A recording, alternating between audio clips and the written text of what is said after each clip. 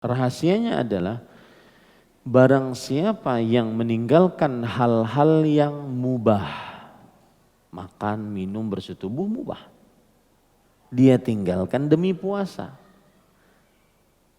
Ini tidak akan sempurna kecuali dengan meninggalkan yang haram.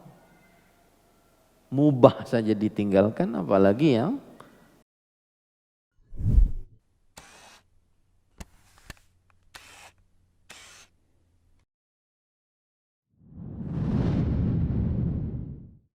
Assalamualaikum warahmatullahi wabarakatuh. Bismillahirrahmanirrahim. Innal hamdalillah nahmaduhu wa nasta'inuhu wa nastaghfiruh wa na'udzu billahi min shururi anfusina wa sayyiati a'malina. Man yahdihillahu fala mudilla lahu wa man yudlil fala hadiya lahu. وأشهد أن لا إله إلا الله وحده لا شريك له وأشهد أن محمدا عبده ورسوله يا أيها الذين آمنوا اتقوا الله حق تقاته ولا تموتن إلا وأنتم مسلمون يا أيها الناس اتقوا ربكم الذي خلقكم من نفس واحدة وخلق منها زوجها وبث منهما رجالا كثيرا ونساء واتقوا الله الذي تساءلون به والأرحام إن الله كان عليكم رقيبا يا أيها الذين آمنوا اتقوا الله وقولوا قولا سديدا يصلح لكم أعمالكم ويغفر لكم ذنوبكم ومن يطع الله ورسوله فقد فاز فوزا عظيما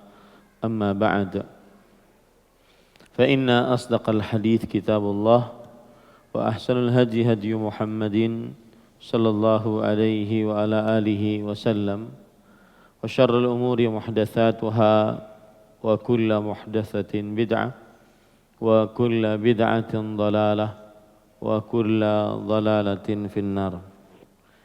Alhamdulillah, kita bersyukur pada Allah Subhanahu wa taala pada hari ini, hari Kamis malam Jumat 14 Sya'ban 1443 Hijriah, kita dimudahkan oleh Allah Subhanahu wa taala untuk kembali duduk bersama mengkaji matan al-usul ats-tsalatsah, 3 landasan pokok akidah Islam yang ditulis oleh Fadilatu al-Imam Syekhul Islam Muhammad bin Abdul Wahhab rahimahullahu ta'ala. Salawat dan salam semoga selalu Allah berikan kepada Nabi kita Muhammad sallallahu alaihi wa ala alihi wasallam, pada keluarga beliau, para sahabat, serta orang-orang yang mengikuti beliau sampai hari kiamat kelak. Dengan nama-nama Allah yang husna dan sifat-sifatnya yang ulia, kita berdoa, Allahumma inna nas'aluka ilman nafi'an wa rizqan tayyiban wa amalan mutaqabbala. Allahumma amin. Ahibati fillah, afanillah wa iyyakum, kita menjawab beberapa pertanyaan disampaikan. Yang pertama yaitu, bolehkah kita berdagang sementara dagangan itu punya orang? Ketika orang mau membeli, baru barang itu kita ambil. Dan ketika barang itu sampai ke pembeli, sekalian uangnya diambil ke pembeli. Barakallahu fiikum. Asal hukum dalam berdagang disebutkan oleh Rasulullah sallallahu alaihi wasallam dalam hadisnya kepada Hakim bin Hizam radhiyallahu an. Beliau bersabda, "Ya Hakim, la tabi' ma laysa 'indak." Wahai Hakim, janganlah engkau jual sesuatu yang tidak kamu miliki. Ini adalah hadis yang merupakan dasar di dalam berjual beli. Tidak memperjualbelikan barang yang tidak dimiliki. Akan tetapi kemudian ada beberapa solusi ditawarkan oleh syariat Islam, yaitu menjual barang yang bukan miliknya dan dia sebagai wakil. Dia sebagai wakil atau yang disebut dengan simsar. Dia sebagai wakil dari pemilik barang. Maka jika dia sebagai wakil diperbolehkan. Seperti dalam pertanyaan ini, dia adalah tidak mempunyai barang, lalu dia jualan. Nah, kemudian ketika ada yang membeli, baru dia mengambil barang dari si penjual. Ini tidak diperbolehkan kalau seandainya tidak ada kesepakatan antara simsar, wakil dengan si penjual barang, si pemilik barang. Misalkan saya jual tanah orang yang ada papan namanya tanah ini dijual. Lalu setelah itu saya sebagai orang lain menjualkan tanah tersebut. Ketika ada orang yang mau beli tanah tersebut, baru saya hubungi si pemilik tanah. Maka ini tidak diperbolehkan jika pemilik tanah tidak ada kesepakatan dengan orang yang mencarikan pembeli dari tanah tersebut. Begitu juga barang-barang yang lain, baju, makanan, barang-barang yang lain. Maka tidak diperbolehkan seseorang menjual barang yang bukan miliknya kecuali sebagai wakil. Wallahu a'lam.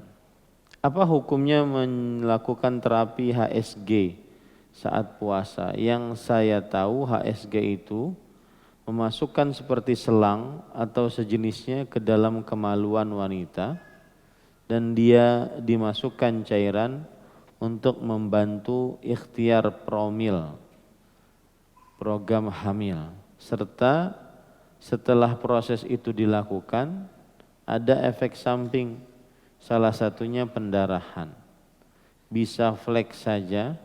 Apakah ini termasuk membatalkan puasa? Maka yang pertama adalah hendaknya hal yang seperti ini dilakukan di luar Ramadan, kecuali dalam keadaan terpaksa dalam bulan Ramadan. Adapun dalam keadaan lapang, luas, berhak memilih, maka dia memilih di luar Ramadan agar puasanya tidak bermasalah saat bulan Ramadan. Adapun jika terjadi juga itu di dalam bulan Ramadan, maka apakah ini membatalkan puasa Ramadan atau tidak? Maka jawabannya membatalkan puasa Ramadan apabila keluar pada waktu kebiasaan haid. Jadi ada beberapa langkah seseorang menentukan dia haid atau tidak. Yang pertama adalah melihat kebiasaan. Dan kebiasaan lebih didahulukan dibandingkan warna darah. Karena Rasulullah SAW bersabda kepada Fatimah binti Jahsh, umkuthi ala qadri ayyamiki. Diamlah, tidak sholat, tidak puasa selama kebiasaanmu haid. Lalu setelah itu, setelah selesai kebiasaan haid, mandilah dan sholatlah. Tsumma ghtasili wa shalli. Menunjukkan urutan pertama yang harus diakui oleh perempuan adalah kebiasaannya. Kalau ia tidak mempunyai kebiasaan ataupun kebiasaannya dari awal tidak jelas, maka pada saat itu dia melihat kepada jenis darahnya. Darah haid adalah hitam. Kemudian dia tidak pekat, kemudian dia pekat. kemudian baunya menyengat, dan dia sakhin. Sakhin itu hangat. Itu adalah darah haid yang disebutkan oleh para ulama. Adapun darah istihadhah, dia keluar dari ujung rahim, bukan dalam rahim tetapi ujung rahim. Kan darahnya encer seperti biasa, tidak hangat, tidak bau yang menyengat, dan tidak hitam tetapi merah. Kalau tidak bisa juga membedakan antara darah haid atau istihadhah, maka pada saat itu lihat dari keadaan-keadaan keluarga perempuan di sekitarnya yang terdekat dengan dia. Ibunya, adik kakak perempuannya, anak cucu perempuannya, bibinya, dan seterusnya. Nah, apabila proses HSG ini saya baru mendengar juga dilakukan, kemudian pada saat bulan Ramadan dia keluar darah, apakah ini darah dihukumi sebagai darah haid atau tidak? Pertama kali dilihat kebiasaan. Kalau dia mempunyai kebiasaan dan darah itu keluar pada waktu kebiasaannya, berarti darah haid. Kalau tidak, maka dilihat warna darahnya ataupun sifat dari darahnya. Kalau sifat dari darahnya tersebut sifat darah haid, maka berarti dia haid. Berarti dia berhak untuk tidak berpuasa, tidak sholat, dan dia mengqadha puasa di lain hari. Allahu a'lam. Pertanyaan yang ketiga, bagaimana tata cara pernikahan anak hasil luar nikah atau zina sesuai dengan syariat Islam dan hukum yang benar agar pernikahannya menjadi sah dan berkah. Tata cara pernikahan anak hasil luar nikah ataupun berzina sesuai dengan syariat Islam adalah kalau seandainya anak hasil zina tersebut adalah laki-laki, maka dia berhak menikah dengan siapa saja. Karena kalau laki-laki, dia yang menjadi orang yang mengqabul atas ijab dari wali laki-laki perempuan. Saya menerima nikahnya Fulanah binti Fulan dengan maharnya sekian. Laki-laki dia tidak memerlukan wali, tidak memerlukan orang tua. Seandainya ada seorang lelaki ingin menikah, langsung dia datang kepada seorang orang tua perempuan, dan orang tua perempuan menyetujui dan perempuannya juga menyetujui untuk dinikahkan, maka dia berhak untuk melangsungkan akad ijab qabul. Saya pernah menghadiri akad yang seperti ini. Suatu ketika seorang pemuda datang ke rumah seorang ustadz. Kemudian dia rencana ingin nazar dengan perempuan tersebut, anak perempuan dari ustadz ini. Setelah nazar, maka kemudian sang ustadz mengatakan, sekarang saja, kalau sudah setuju sekarang saja sudah nikahnya. Kamu bawa duit berapa? Cuma 250.000. Kalau bisa tambahin lagi, enggak ada Ustadz, cuma ini aja. Ya sudah nih saya hutangin 250.000 lagi, berarti 500. 500.000 menikah. Saya terima nikahnya Fulanah binti Fulan dengan maharnya 500.000, setengah ngutang. Pernikahan dalam Islam sangat mudah. Hanya orang-orang yang terlalu memakai prestise yang akhirnya menjadi sulit. Sudah pakai prestise akhirnya maksiat. Pakai make up artis, pakai organ tunggal, pakai semuanya maksiat. Sudah keluar modal banyak maksiat. Dan maksiatnya bukan sembarang maksiat. Maksiatnya dosa besar. Kalian yang masih muda ini jangan sok belajar akidah, tauhid, manhaj kalau nikahnya masih nikah yang tidak sesuai dengan syariat. Saya bersyukur kepada Allah. Allah Subhanahu wa taala memberikan petunjuk kepada saya pribadi. Jauh-jauh saya dari Kalimantan mendapatkan jodoh dari Lombok dengan benar-benar sesuai dengan syariat. Saya nazar kemudian saya nikah, tidak ada musik, tidak ada ikhtilat, dan sangat mudah. Hanya 5 juta, itu zaman 2005. Cari mertua yang bukan hanya kaya, tetapi yang sudah sesuai dengan sunnah, niscaya Anda akan mudah untuk benar-benar melaksanakan syariat Islam di dalam pernikahan Anda. Bagaimana mau berkah pernikahannya? Di hari pertama akad pernikahan dan resepsi pernikahan, seluruhnya melakukan dosa besar. Ikhtilat, dosa besar. Tabarrujnya perempuan, dosa besar. Kemudian musik, dosa besar. Ya. Maka kalau dia laki-laki, anak hasil perzinahan mudah bagi dia. Tapi kalau seandainya dia perempuan, ini yang memerlukan wali. Karena Rasulullah SAW bersabda, la nikah illa biwali. Tidak sah pernikahan kecuali dengan wali. Tidak sah pernikahan kecuali dengan wali. Maksudnya wali dari perempuan. Dan wali perempuan ada urutan-urutannya. Yang pertama al-ubuwah, yaitu bapak. Kemudian ke atas kakek kalau masih ada. Kemudian yang kedua al-bunuwah, anak. Anak lebih didahulukan setelah kakek. Kalau seandainya anak seorang perempuan ingin menikah dan dia punya anak dan dia tidak punya orang tua laki-laki, anak laki-lakinya yang berhak untuk menjadi wali asalkan anaknya baligh, muslim, berakal. Kemudian setelah itu al-umumah atau al-ukhuwah, khilaf di antara para ulama. Ada yang mengatakan paman, urutan ketiga. Ada yang mengatakan saudara laki-laki, baik saudara kandung atau saudara sebapak atau saudara seibu. Maka dalam hal dia sebagai anak hasil zina, otomatis pada saat itu tidak ada ubuah, tidak ada bapak.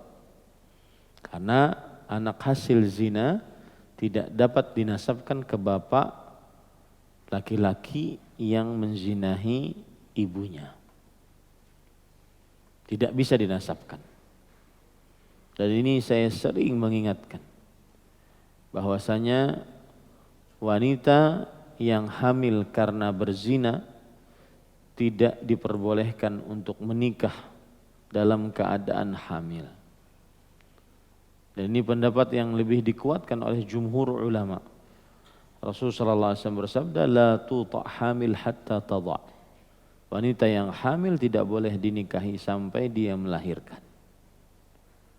Dan wanita yang hamil karena perzinahan, maka anak perzinahannya tidak bisa dinasabkan kepada bapak laki-laki yang menzinahi ibunya. Dinasabkan kepada ibunya. Misalkan dia perempuan namanya Aminah, maka Aminah binti Salihah. Ibunya misalkan namanya Salihah. Kemudian yang ketiga, anak hasil zina tidak dapat mewarisi dari bapaknya. Ia laki-laki yang menzinahi ibunya tersebut. Yang keempat, anak hasil zina menurut pendapat sebagian ulama fikih, jika dia perempuan bukan mahram dari bapak laki-laki yang menzinahi ibunya tadi. Ya, meskipun sebagian ahli fikih mengatakan jika sang laki-laki dan perempuan yang berzina ini tidak melakukan perzinahan lain kecuali dengan si laki-laki dan si perempuan ini saja, maka anak hasil zina tersebut bisa menjadi mahram bagi si laki-laki yang menzinahi ibunya. Karena bagaimanapun air mani yang masuk kepada perempuan ini hanya air mani dari laki-laki ini saja. Ini semua buruknya perzinahan. Dan berdoa kepada Allah agar dijauhkan dari perbuatan zina. Allahumma inna na'udzubika minal fahsya ma dhahara minha wa ma batan. Berdoa kepada Allah. Kita tidak tahu kapan Allah Subhanahu wa taala menguji kita. Dan salah satu ujian terbesar adalah perbuatan zina. Maka walinya bagaimana? Walinya jika dia perempuan, maka walinya adalah wali hakim. Yaitu wali dari kantor urusan agama ataupun pengadilan agama yang ditunjuk, pengadilan agama yang menunjuk seorang laki-laki sebagai walinya. Dan setelah itu pernikahannya sah. Dan di dalam catatan sipil di negara kita untuk saat sekarang ini sudah ada wanita, anak-anak yang dinasabkan kepada ibunya karena tidak sah dinasabkan kepada bapaknya. Dan ini termasuk daripada kebagusan peraturan-peraturan yang ada di negara kita dengan segala macam kekurangan yang ada.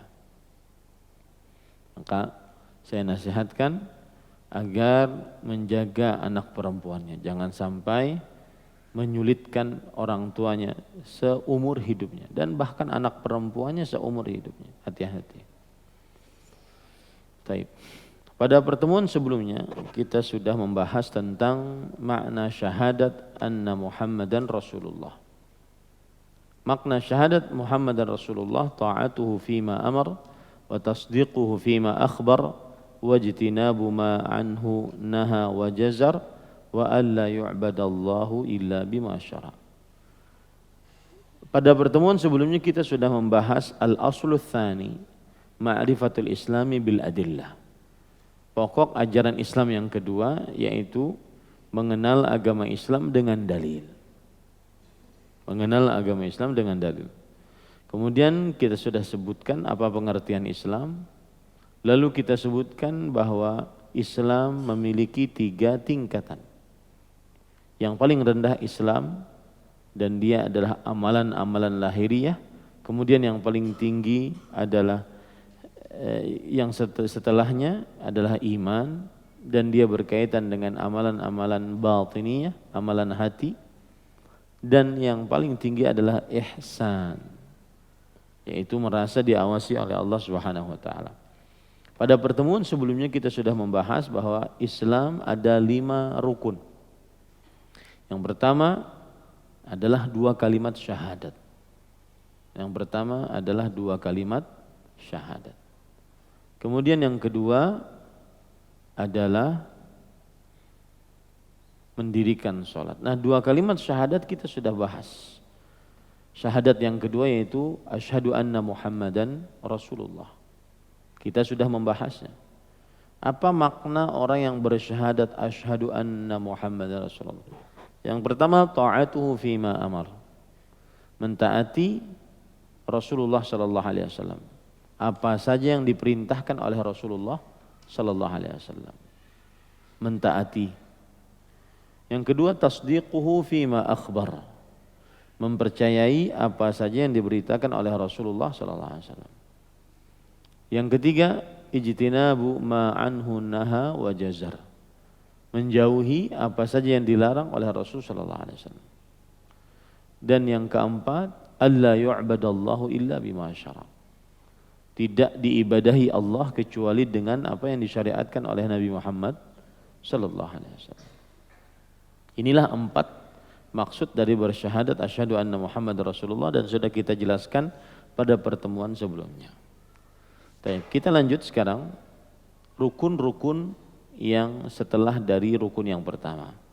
Qala al-musannifu rahimahullahu ta'ala wa dalilus salati waz zakati wa tafsirit tauhidi qauluhu ta'ala wa ma umiru illa liya'budullaha mukhlishina lahuddin hunafa'a wa yuqimus salah wa yu'tuz zakah wa dzalika dinul qayyimah. Yang artinya Dan dalil sholat, bahwa sholat adalah rukun Islam. Dan dalil zakat, bahwa zakat adalah rukun Islam. Serta tafsir tauhid, yaitu penjelasan tentang kalimat la ilaha illallah, adalah firman Allah dalam surah Al-Bayyinah ayat 5. Wa ma umiru, tidaklah mereka diperintahkan illa liya'budullah, melainkan supaya mereka beribadah kepada Allah. Mukhlishina lahuddin, secara ikhlas hanya untuk Allah dalam menegakkan agama. Ini adalah tafsir tauhid. Tafsir dari ucapan la ilaha illallah, yaitu la ma'buda bihaqqin illallah. Tidak ada zat yang diibadahi dengan hak kecuali Allah Subhanahu wa taala. Wa yuqimus shalah, dan mendirikan salat. Nah, ini dalil bahwa setelah bertauhid maka mendirikan salat. Dalil menunjukkan bahwasanya mendirikan salat adalah rukun Islam. Dan pada pertemuan sebelumnya kita sudah membahas bahwa salat adalah secara bahasa ad-du'a. Salat secara bahasa adalah doa. Adapun secara istilah syariat yaitu ibadatun makhsusatun. Awwaluha takbir wa akhiruha taslim. Ibadah yang khusus yang dikerjakan pada waktu-waktu yang khusus, diawali dengan takbiratul ihram dan diakhiri dengan salam. Ini yang disebut dengan sholat. Dan mendirikan sholat maksudnya adalah mengerjakan sholat tersebut ketika dia sudah baligh, muslim, berakal, selain wanita yang haid dan nifas. Kemudian mendirikan sholat, yaitu maksudnya juga adalah seseorang mendirikan sholat pada waktunya. Tidak dibenarkan sholat di luar waktu, atau tidak dibenarkan sholat selalu di akhir waktu. Kemudian termasuk mendirikan sholat adalah mendirikan sholat dengan mengerjakan rukun-rukun dan kewajiban-kewajiban sholat. Seperti tumaknina. Maka tidak bergerak kepada rukun selanjutnya kecuali sudah sempurna mengerjakan rukun sebelumnya. Termasuk mendirikan sholat adalah mendirikan sholat dengan khusyuk, hati yang hadir memahami apa yang dibaca saat didirikan sholat. Nah, ini beberapa poin daripada kata wa yuqimus shalah, mendirikan sholat. Dan sholat adalah rukun Islam yang kedua. Dan kaum muslimin diwajibkan oleh Allah Subhanahu wa taala untuk mengerjakan sholat 5 waktu sehari semalam. Kemudian ahibati fillah afanillah wa yakum, sholat adalah ibadah yang paling disukai oleh Allah Subhanahu wa taala. Bukti sholat adalah ibadah yang paling disukai oleh Allah, yaitu sholat dikerjakan 5 kali sehari. Belum lagi ada sholat-sholat rawatib yang mengiringi sebelum dan sesudah sholat wajib. Belum lagi ada sholat-sholat yang sunnah muakkadah yang tidak pernah ditinggalkan oleh Rasulullah Sallallahu Alaihi Wasallam. Dan sholat adalah penentu dari seluruh amal ibadah. Rasul sallallahu alaihi wasallam bersabda, "Awwalu ma yuhasabu bihil 'abdu min 'amalihi salatuhu. Fa in saluhat saluha sairu 'amalihi Wa in fasadat fasada sairu amali. Yang artinya, dan yang paling pertama kali dihisab atas seorang hamba adalah sholatnya. Jika sholatnya baik, maka seluruh amal ibadahnya menjadi baik. Jika sholatnya buruk, maka seluruh amal ibadahnya menjadi rusak. Sholat penentu seluruh amal ibadah, apakah baik ataukah buruk. Kemudian di sini wa yu'tuz zakah, dan mendirikan membayar zakat. Zakat secara bahasa artinya adalah an-nama, yaitu bertumbuh atau tumbuh.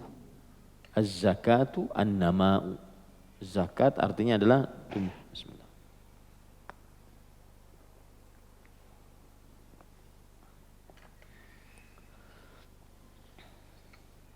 Dan secara istilah syar'i, haqqun wajibun fil mal. Zakat artinya adalah hak yang wajib dikeluarkan pada harta. Dan zakat diberikan pada orang-orang yang berhak untuk mendapatkan harta zakat. Sebagaimana disebutkan oleh Allah dalam surat At-Taubah ayat 60.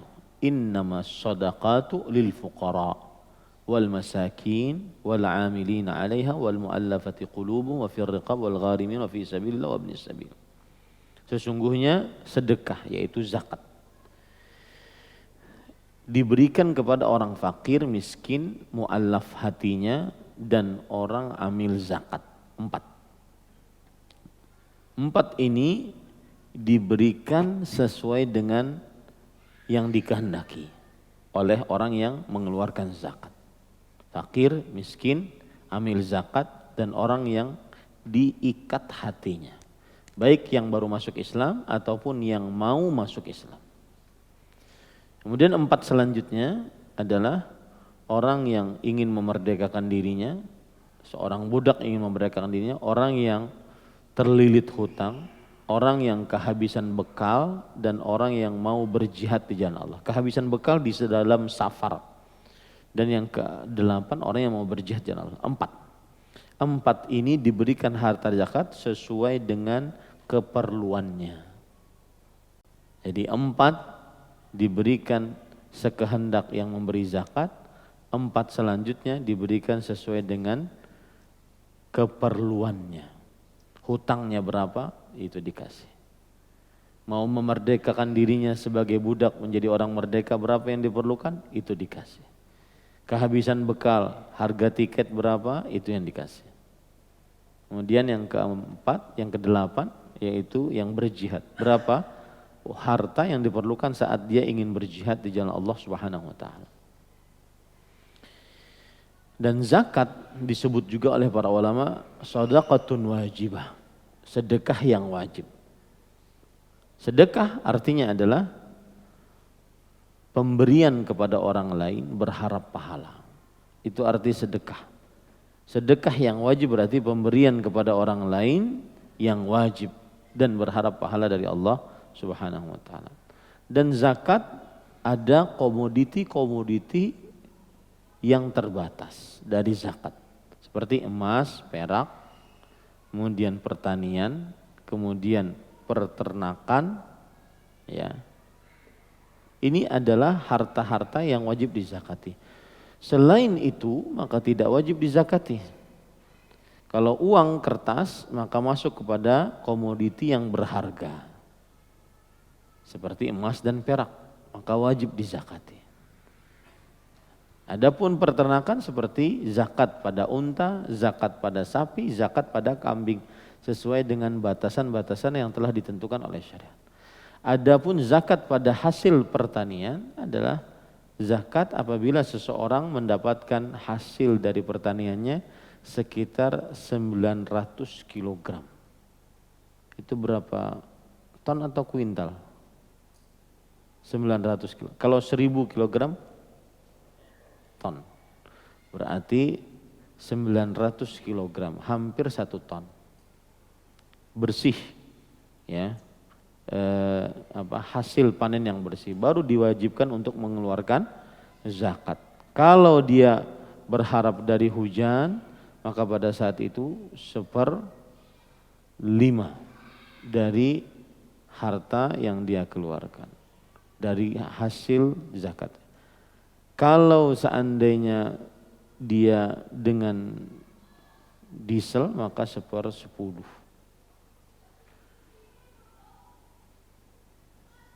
5% dan 10% maksud saya. 5% dan 10% dari hasil panennya. 10% kalau seandainya berharap dari air hujan dan 5% kalau seandainya memakai mesin. Ini adalah zakat. Dan zakat pada emas dan perak yang paling banyak serta uang di zaman sekarang. Nisabnya pada emas adalah sekitar 85 gram emas. Nisabnya pada perak 595 gram perak. Tinggal kita kalikan berapa harga emas per hari dia mengeluarkan zakat. Harga beli emas per hari dia mengeluarkan zakat berapa? Harga beli emas. Ya. Nah, itu zakat dan itu adalah rukun Islam yang keempat. Kemudian dalilus siyam yaitu dalil puasa bahwa puasa adalah rukun Islam, yaitu ya ayyuhalladzina amanu kutiba alaikumus siyam kama kutiba alal ladzina min qablikum la'allakum tattaqun. Wahai orang beriman, diwajibkan atas kalian berpuasa sebagaimana diwajibkan atas orang-orang sebelum kalian agar kalian bertakwa. Penulis rahimahullah ta'ala berkata wa dalilus siyam dan dalil puasa. Puasa artinya al-man'u, yaitu menahan. Al-man'u itu artinya puasa. Secara bahasa artinya menahan. Seperti misalkan perkataan Maryam alaihissalam, inni nadartu lirrahmani shauman. Aku bernazar untuk Allah yang Maha Pengasih shauman, yaitu menahan lisanku untuk tidak berbicara. Makanya ketika orang Yahudi bertanya, itu bayi yang ada di buayan milik siapa? Maka fa'asyarat ilaih. Maka Maryam hanya memberikan isyarat, enggak ngomong kepada bayi tersebut. Kemudian bayi tersebut berkata, qala inni abdullah atani alkitab wa ja'alani nabiyyan wa ja'alani mubarakan aina ma kuntu. Aku adalah hamba Allah, diberikan kepadaku alkitab yaitu Injil, dan dijadikan aku penuh dengan dijadikan aku sebagai seorang nabi dan penuh dengan berkah di manapun aku berada. Puasa secara istilah syariat adalah yaitu menahan makan, minum dan segala hal yang membatalkan puasa dari mulai terbit fajar kedua sampai terbenam matahari. Itu puasa. Dan puasa yang dimaksud sebagai rukun Islam yang ketiga adalah mengerjakan puasa pada bulan Ramadan. Maka tidak sah keislaman seseorang tanpa berpuasa pada bulan Ramadan. Dan puasa Ramadan adalah hukumnya wajib bagi setiap muslim baligh berakal selain wanita yang haid dan nifas. Mampu, ada 6 syarat puasa wajib. Yaitu muslim baligh berakal mampu selain wanita yang haid dan nifas. Maka pada saat itu wajib melakukan puasa Ramadan. Dan kemudian penulis membawakan dalil. Ya ayyuhalladzina amanu, wahai orang beriman, kutiba alaikumus siyam, diwajibkan atas kalian berpuasa. Puasa di sini maksudnya puasa Ramadan. Kama kutiba alal ladzina min qablikum, sebagaimana diwajibkan atas orang-orang sebelum kalian. La'allakum tattaqun, agar kalian bertakwa. Ayat ini memberikan pelajaran bahwa diwajibkan untuk berpuasa Ramadan. Dan Siapa yang tidak berpuasa dengan sengaja, maka diancam dengan siksa yang pedih. Siksanya adalah yaitu di alam barzakh dia akan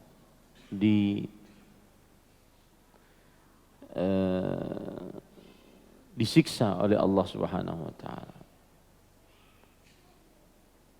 Dia akan dimasukkan ke dalam sebuah lembah yang di dalamnya terdapat api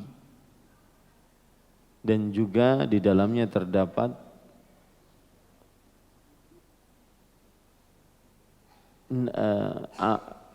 darah dan nanah. Bagi seorang yang tidak berpuasa pada bulan Ramadan. Disebutkan ini di dalam hadis Sahih Ibnu Khuzaimah rahimahullahu taala, bahwa orang yang tidak berpuasa pada bulan Ramadan maka mereka akan disiksa di dalam lembah neraka jahanam. Nabi Muhammad sallallahu alaihi wasallam pernah diperintahkan oleh malaikat yang membawanya. Kemudian disuruh naik ke atas gunung. Dan kata Rasulullah SAW, la utiquhu, saya tidak sanggup untuk naik. Kemudian kata dua malaikat tersebut, is'ad, naiklah, inna sanusahhiluh lak, kami akan memudahkannya untukmu. Ketika sudah di atas gunung, maka beliau mendengar suara orang-orang yang meraung-raung kesakitan. Ternyata disebutkan bahwa hadza awa'u ahlin nar. Ini adalah suara meraung-raung kesakitan penghuni neraka. Kemudian beliau melihat orang yang disiksa tersebut dengan cara bibir keduanya ditarik sampai ke belakang. Kemudian urqub, yaitu di kaki kita itu ada tumit, di atas tumit ada tulang. Itu namanya urqub. Urqubnya ditarik ke belakang, disatukan tadi dengan bibir.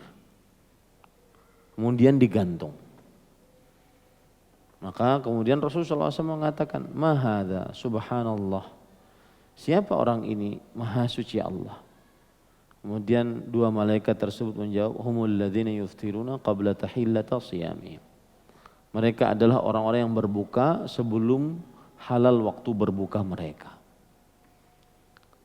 Imam Al-Albani rahimahullah mengomentari hadis ini. Ini adalah siksa di alam barzakh bagi siapa yang diwajibkan untuk berpuasa dan dia tidak berpuasa dan dia berbuka sebelum waktunya. Fa kaifa biman la yasumu aslan.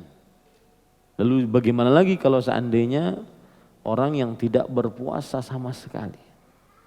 Siksa yang berpuasa dan berbuka pada waktunya saja seperti itu, bagaimana kalau seandainya dia tidak berpuasa sama sekali? Ini harus ditekankan. Saya tidak tahu di Masjid Utsman sudah mulai belum daurah pra Ramadan. Kita harus galakkan di tengah kaum muslimin agar majlis ilmu sebelum Ramadan, agar berilmu sebelum Ramadan, sehingga Ramadannya penuh dengan berkah di atas ilmu. Dan ini salah satu yang membedakan dakwah sunnah dengan dakwah yang lain. Karena hanya bulan Ramadan, bulan yang disebutkan oleh Allah dalam Al-Quran. Dan hanya bulan Ramadan, bulan yang disambut oleh Rasulullah Sallallahu Alaihi Wasallam dan para sahabatnya untuk memasukinya. Pada saat itu harus ada daurah syar'iyah, kajian Islam intensif Ramadan. Banyak permasalahan-permasalahan terutama sekarang di zaman pandemi, di zaman COVID-19 yang masih menjadi pandemi. Masih banyak permasalahan-permasalahan yang perlu digali. Jangan malas harus kreatif, harus berkreasi di dalam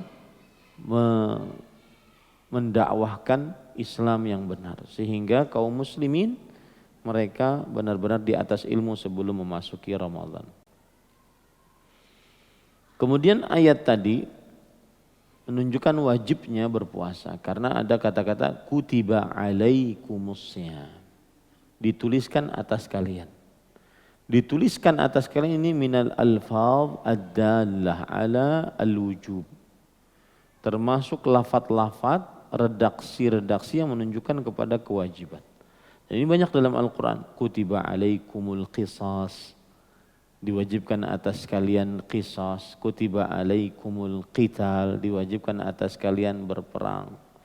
Kutiba alaikumus siyam, diwajibkan atas kalian berpuasa. Dan hukumnya wajib. Siapa yang meninggalkannya dengan sengaja, maka dia diancam dengan siksa. Padahal dia muslim, balik, berakal, mampu, selain wanita yang haid, mukim, selain wanita haid dan nifas. Kemudian dari ayat yang dibawakan ini, surat Al-Baqarah ayat 183, la'allakum tattaqun, agar kalian bertakwa. Tujuan dari puasa adalah bertakwa. Maka sangat tercela saat berpuasa tidak bertakwa. Dan akan masuk ke dalam hadis Rasul sallallahu alaihi wasallam ketika beliau naik ke atas mimbar, kemudian beliau mengucapkan amin, amin, amin. Lalu beliau ditanya oleh para sahabat, innaka lamma sa'idtal mimbar faqulta amin, amin, amin. Engkau ketika naik ke atas mimbar maka engkau mengucapkan amin, amin, amin. Apa gerangan? Maka Rasulullah SAW menjawab, atani Jibril, faqala man adraka Ramadan falam yughfar lahu, fa'ab'adahu Allah wa dakhalan nar. Barang siapa yang mendapati bulan Ramadan, lalu tidak diampuni dosanya, dijauhkan dari surga, dimasukkan ke dalam neraka. Maka kemudian kata Jibril alaihissalam, qul amin, wahai Muhammad sallallahu alaihi wasallam, ucapkan amin. Maka Nabi Muhammad SAW pun mengucapkan amin. Siapa yang bulan Ramadan malah tidak diampuni, bulan ampunan malah tidak diampuni. Ramadan itu memiliki banyak gelar. Di antaranya Syahrul Quran, bulan Al-Quran. Syahrul Jud, bulan kedermawanan.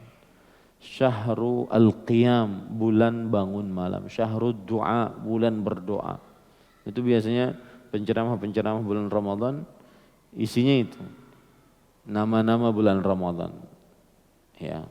Salah satunya adalah bulan Ramadan Syahrut Taqwa, bulan bertakwa.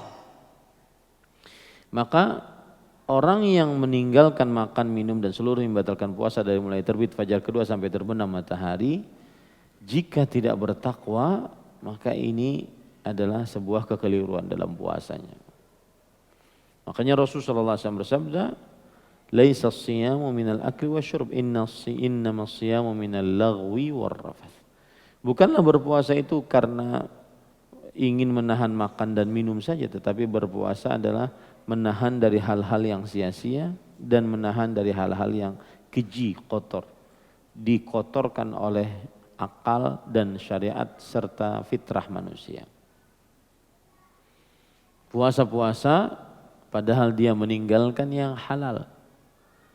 Nah, makanya siapa? Al-Hafidh Ibnu Rajab Al-Hambali, ini perkataan sering kalau bulan Ramadan saya sering sebutkan, bahkan saya sampai hafal perkataannya. Al-Hafidh Ibnu Rajab Al-Hambali menceritakan mengapa orang yang berpuasa, padahal dia kan puasa, meninggalkan makan, minum seluruh yang membatalkan puasa dari mulai terbit fajar kedua sampai terbenam matahari. Itu kan amal ibadah, tetapi mengapa hanya diganjar dengan lapar dan haus? Kam min sa'imin laisa hadduhu min siyami illa al-ju' wal 'atash. Berapa banyak dari orang yang berpuasa, bagian dari puasanya hanya lapar dan haus. Padahal dia kan puasa. Mengapa tidak ada nilai pahalanya? Kata Imam Al-Hafidh Ibnu Rajab Al-Hambali dalam kitab beliau Lataiful Ma'arif, Wa sirru hadza anna at-taqarruba ila Allah bi tarkil mubahat la yakmul illa ba'da at-taqarrubi ilaihi bi tarkil muharramat. Faman taqarraba ila Allah bi tarkil mubahat thumma fa'ala al-muharramat kana bimathabati man yatrukul fara'id wa yataqarrabu bin nawafil. Rahasianya adalah puasa tapi nilainya nol. Puasa tapi cuma dapat lapar dan haus. Dan itu ada dan itu banyak. Itu ada dan banyak. Hati-hati dalam bulan Ramadan. Makanya saya katakan harus berilmu. Jangan adem ayem aja. Ini keasikan Covid jadi malas. Ya, malas. Keasikan Covid tadi tidak biasa lagi menghadapi Ramadan. Ramadan biasanya di rumah, begini di rumahnya. Akhirnya kan semuanya jadi terasa baru lagi gitu. Biasanya yang setiap tahun ada agenda-agenda tertentu, ada daurah-daurah tertentu. Ngejar daurah sana, ngejar daurah sini. Ada semangat ingin masuk bulan Ramadan. Dan ingat, umat itu sesuai dengan tokoh agamanya. Yang semangat mau masuk Ramadan, umatnya akan semangat. Yang tokoh agamanya loyo, malas masuk Ramadan, anggap biasa saja, ya umatnya biasa-biasa aja. Persis seperti umat itu persis seperti anak dengan orang tua.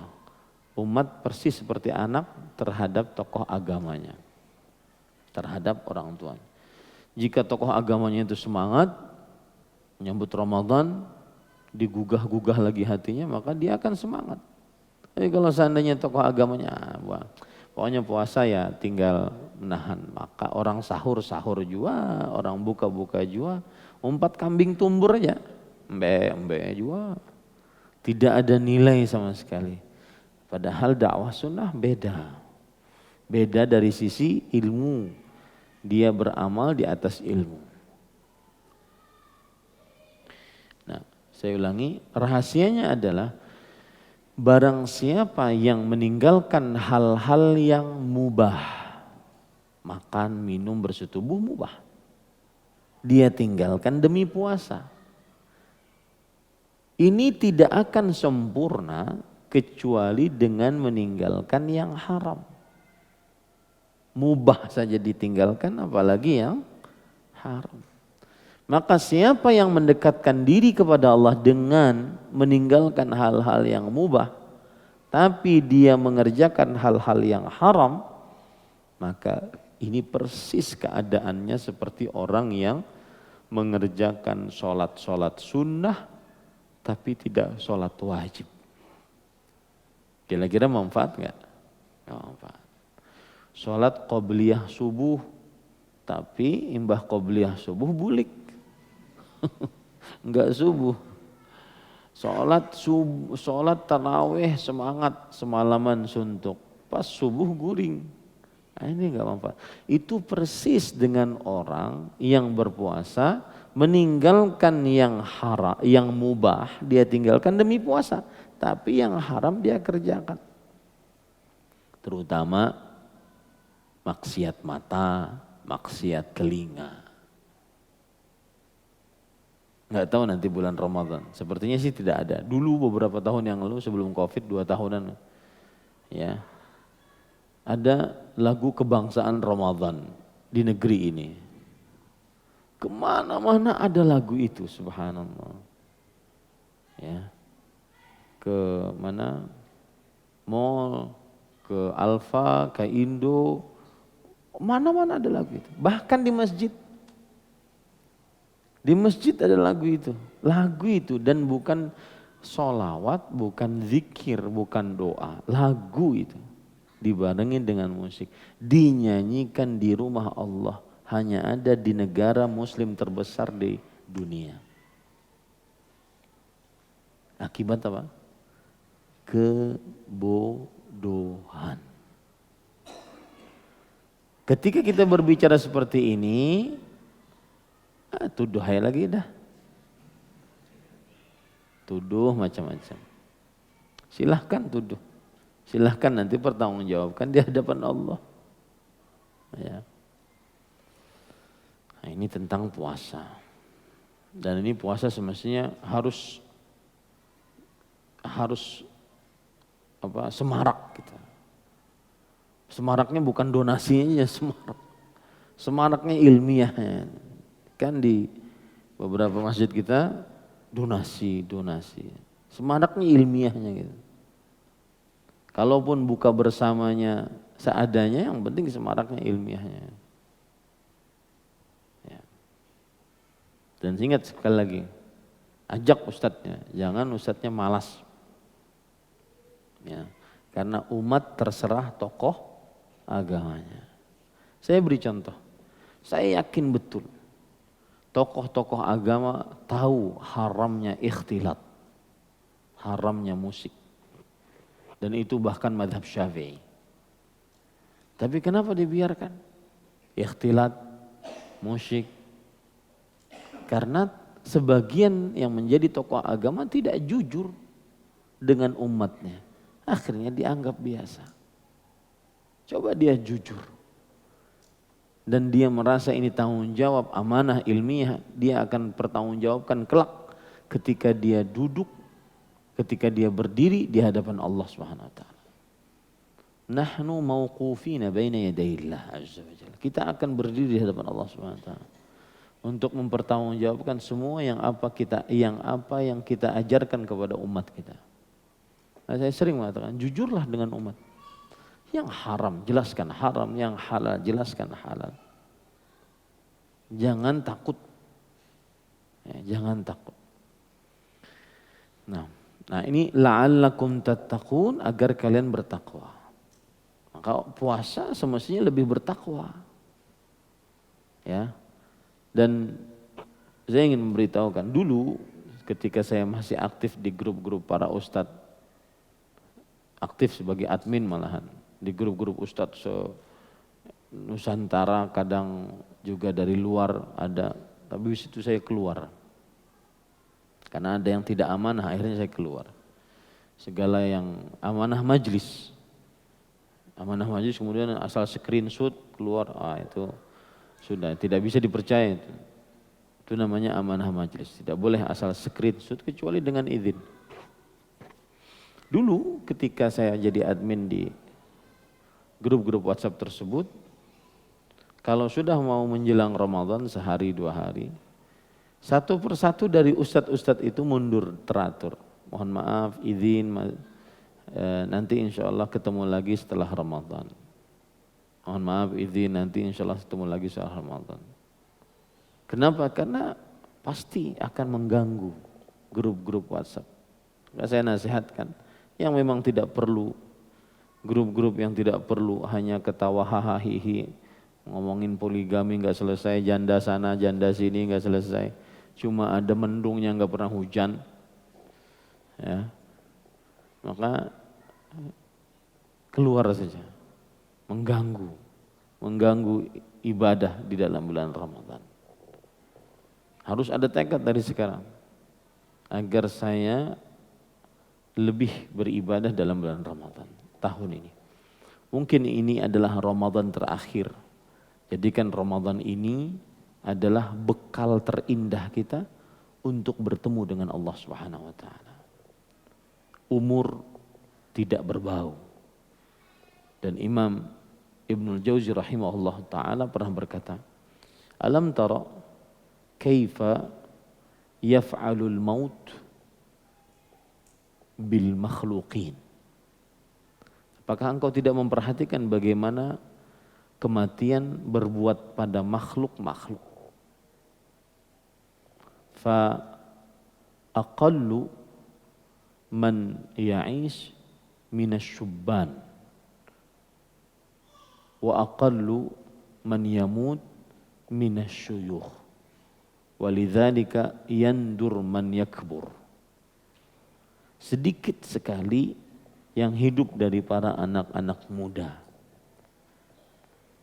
dan sedikit sekali yang mati dari orang-orang tua. Oleh sebab itulah jarang orang yang tua. Jarang orang yang tua. Apa maksudnya?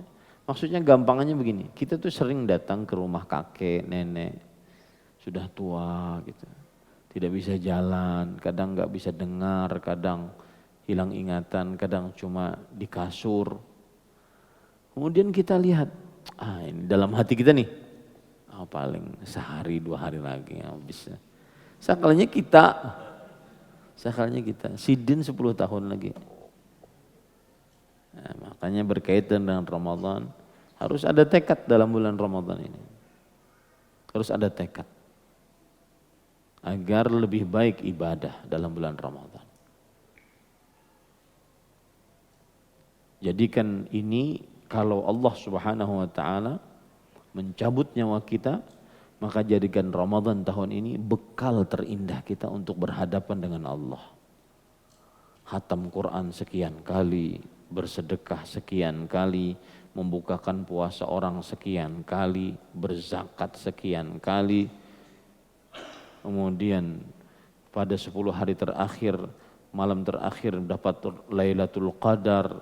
Pokoknya tekad yang tinggi. Jangan ecek-ecek. Tekad yang tinggi. Karena mungkin ini Ramadan terakhir kita. Jadikan Ramadan ini sebagai bekal terakhir kita untuk bisa berhadapan dengan Allah Subhanahu wa taala. Bekal terindah kita berhadapan dengan Allah Subhanahu wa taala. Selanjutnya dalilul hajj. Dalil haji, bahwa haji adalah rukun Islam. Qauluhu ta'ala walillahi 'alan nasi hajjul bait man istata'a ilaihi sabila wa man kafara fa innallaha ghaniyyun 'anil 'alamin. Dalil haji, bahwa haji adalah rukun Islam yang kelima. Haji artinya al-qasdu, bermaksud.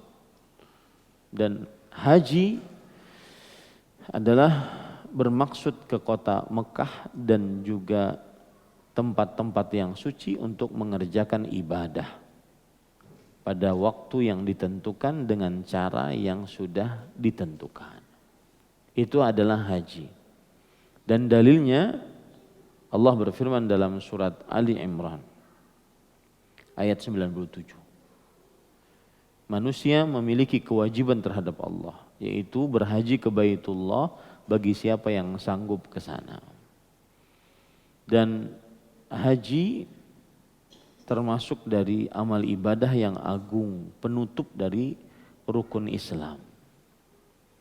Dan haji diwajibkan bagi siapa yang muslim baligh berakal mampu. Mampu di sini ada dua. Mampu secara finansial dan mampu secara fisik. Ya, as-sihah war-rahilah kata para ulama. Kesehatan dan juga hewan tunggangan, maksudnya finansial. Ini bagi siapa yang mampu, wajib untuk berhaji. Dan haji diwajibkan sekali seumur hidup. Haji diwajibkan sekali seumur hidup. Nah,